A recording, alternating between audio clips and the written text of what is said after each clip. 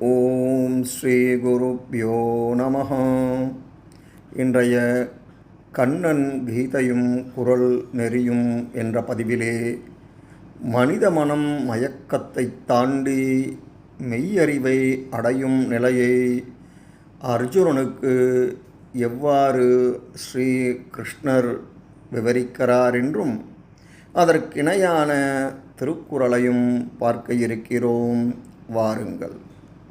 யதா தே மோக கலிலம் புத்திர் வ்யதிதரிஷ்யதி ததா கந்தாசி நிர்வேதம் ஸ்ரோதவ்யஸ்ய சுதஸ்ய ச.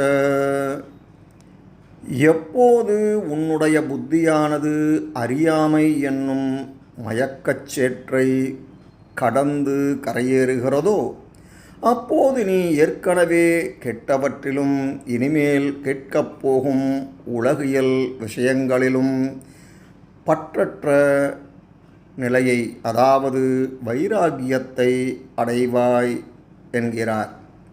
மோக கலிலம்.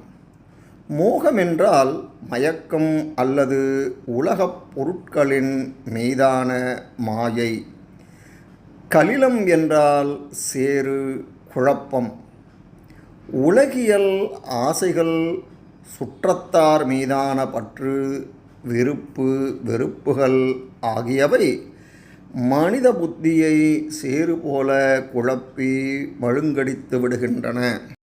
இதையே வள்ளுவப் பெருந்தகை மயக்கம் நீங்கி புத்தி உண்மை பொருளை உணர்வதை இருள் நீங்கி இன்பம் பயக்கும் மருள் நீங்கி மாசறு காட்சியவர்க்கு, மயக்கம் என்னும் மோக கலிலம் நீங்கி தெளிவான மெய்யறிவு பெற்றவருக்கு அறியாமை விலகி பேரின்பம் உண்டாகும்.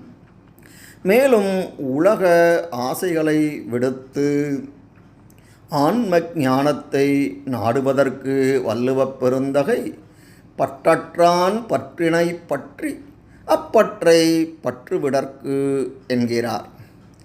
பட்டினத்தாரோ உலகியல் பேச்சுக்கள், சடங்குகள், உறவுகளின் மயக்கத்தை கடந்து நிர்வேதம் அடைவதை இவ்வாறு பாடுகிறார்.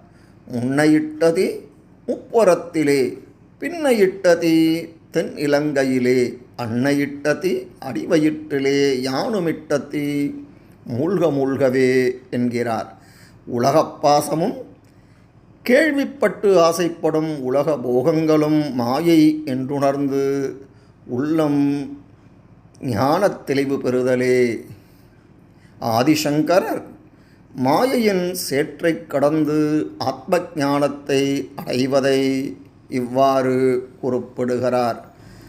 சம்சாரமாயா பரிகல்பிதானாம் மித்யாவபாசஸ்ய ச நஷ்யதீதம் பிரம்மாதிரிக்தம் நகி கிஞ்சிதஸ்தி ஞாதே பரஸ்மின் பரமாத்ம தத்துவே.